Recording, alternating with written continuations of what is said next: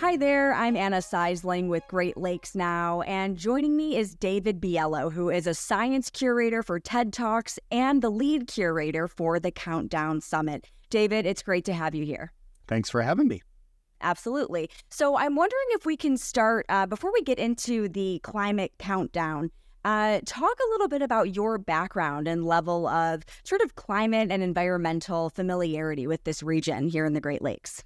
Well, I have been covering climate change as a journalist. I don't like to say it, but for several decades, kind of dates me. Starting actually in the last century, in the 1990s, and up through today, was a journalist for many, many years for a variety of places, including Detroit Public Television. Made a couple documentaries with you guys, both of which were about climate change, either directly or indirectly. And I've been working on climate change all of my life, and some of that has been global, obviously, because it is a global problem, but some of it has also been centered in on the Great Lakes region. Sure. Okay, so clearly then you've been kind of working and moving in this space for a while. And I think so many of our viewers are, likely familiar with TED Talks, but talk to me a little bit about the climate countdown concept. What is this exactly, and how is it different from a regular TED conference? Sure. Well, I think the best way to explain that is to maybe explain a little bit about my job. So I'm the science curator for TED Talks, which means I work on all the science-related TED Talks that we do. That could be anything from astronomy to zoology.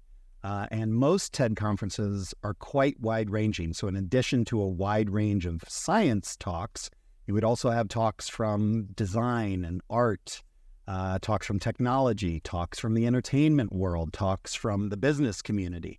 So a wide variety of talks and subjects, most importantly. Countdown is different. It is TED's only single topic conference. That topic is climate change. And so every talk, although they do come from the world of entertainment perhaps, or from the world of business or design, has that climate change angle to it. And obviously, you can have talks from a wide range of disciplines because climate change touches everything. And that's also why we chose it as our first kind of single topic event. Mm-hmm. I'm wondering if you can talk a little bit about the sort of Detroit piece of this climate countdown. Why, in your view, does Detroit feel like the right place in this moment for this event? Well, we chose Detroit very deliberately. It wasn't just a random choice of city. I'll start with the bad news and proceed to the good. The bad news is Detroit was responsible in large part for getting us into this mess. The internal combustion engine and the car helped exacerbate the climate crisis. That and car-centered design of cities, which, of course, Detroit has also grappled with. But then you turn to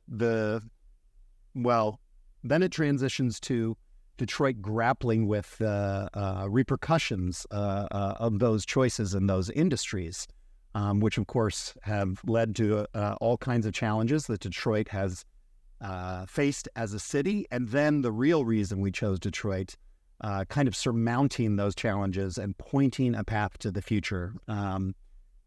TED is all about sort of a practical optimism. It's not kind of wide-eyed optimism where you just think everything is going to work out great because, well, why wouldn't it? It's more like, well, here are the very concrete, tangible steps we need to take to make that optimistic take on the world a reality, whether that's electric vehicles, which Detroit is obviously doing a lot with, or urban redesign, which, again, Detroit is obviously doing a lot with. And by Detroit, I mean Detroiters, the people who live in Detroit, not some entity that is the city, because it's the people who make up Detroit. And that's the real reason we're coming to Detroit. Wow.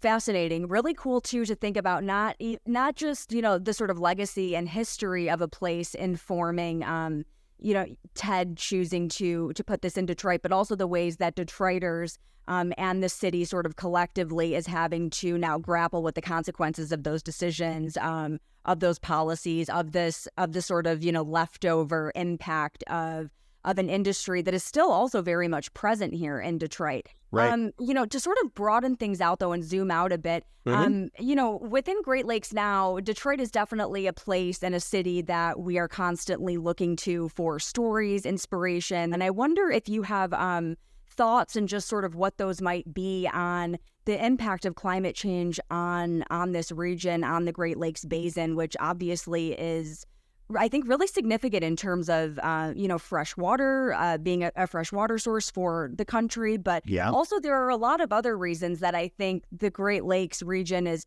worthy of attention in the climate conversation, but sometimes is overlooked in favor of these more, sort of coastal issues. For sure. And I'll blame the New Yorkers for that. And of course, I live in New York, so I'm really blaming myself.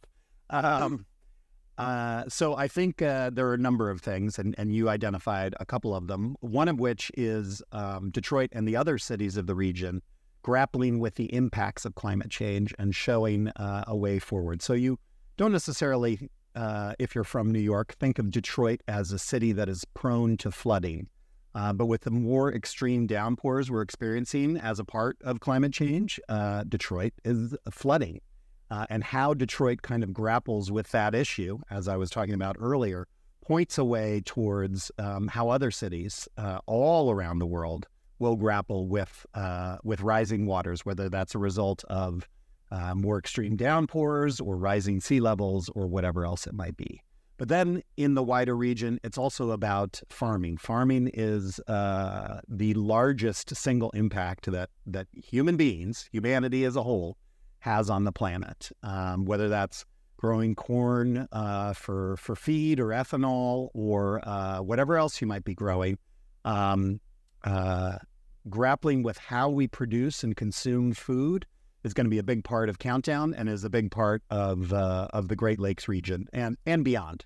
And then last but not least, you mentioned it, kind of the other side of the water issue, which is not too much water in the wrong place, but how we get access to clean, safe, fresh drinking water, which is a challenge in a climate crisis context, either because of contamination or increased drought, or the increased downpours kind of driving some of the fertilizer from that increased farming or more intensive farming into the waterways, causing algal blooms.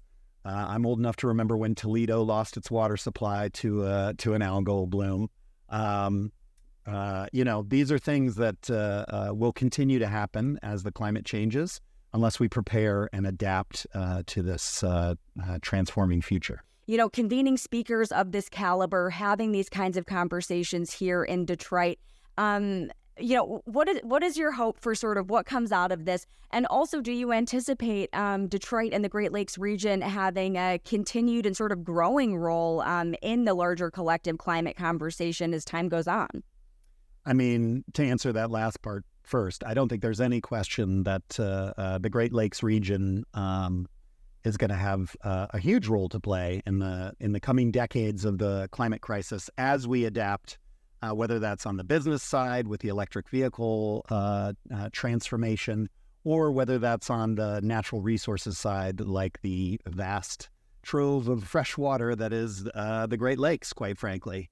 But what we're really hoping for coming out of this Countdown Summit is to amplify some of the solutions that are already here, just kind of not widely distributed, that are already here in the world, and share those, amplify those stories and those solutions so they can be more widely known and perhaps more widely implemented.